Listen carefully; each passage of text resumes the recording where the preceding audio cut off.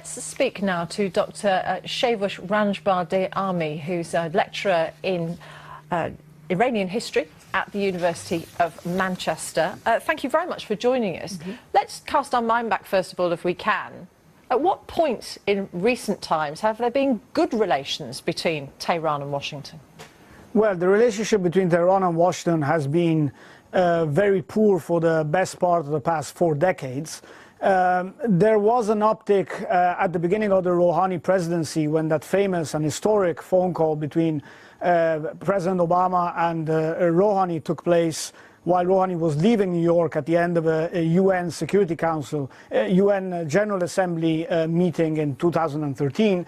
But I think it's safe to say now that it was a question of personalities aligning and the willingness of the then White House to establish dialogue with Iran.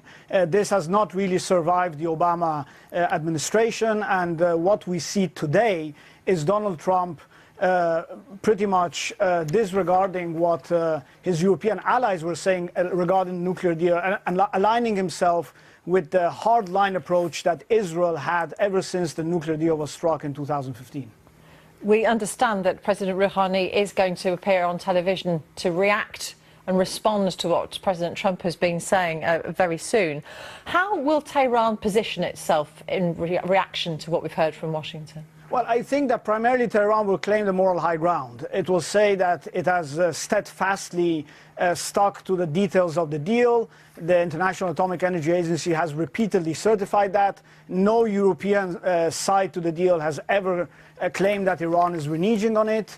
And it will claim that it is simply not the one that is putting the deal in peril. All this attitude by Trump is unwarranted for. So Iran will try hard to drive a wedge between the rest of the 5+1 group, Russia, China, and the 3 European countries, and the United States, and claim that they should stick to the deal as it is and no form of revision is necessary. What are Iran's options then in how it can respond either diplomatically or strategically? Well, Iran has a range of options it can lean upon.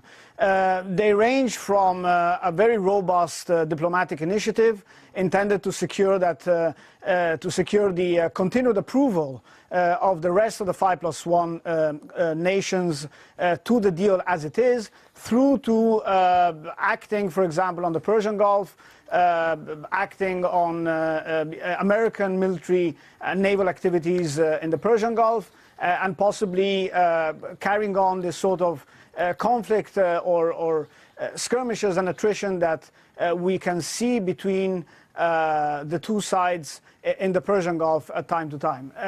Beyond that, Iran could carry on with these missile tests, which have proven to be controversial since the nuclear deal was reached in 2015. So Iran has a range of options, and I think Iran has been preparing this because of course this has been coming. It will not be seen as a surprise in Tehran that Trump has hardened his attitude to this extent, but at the same time I think the response will ultimately be measured, and Iran will not want to put the rapprochement with the European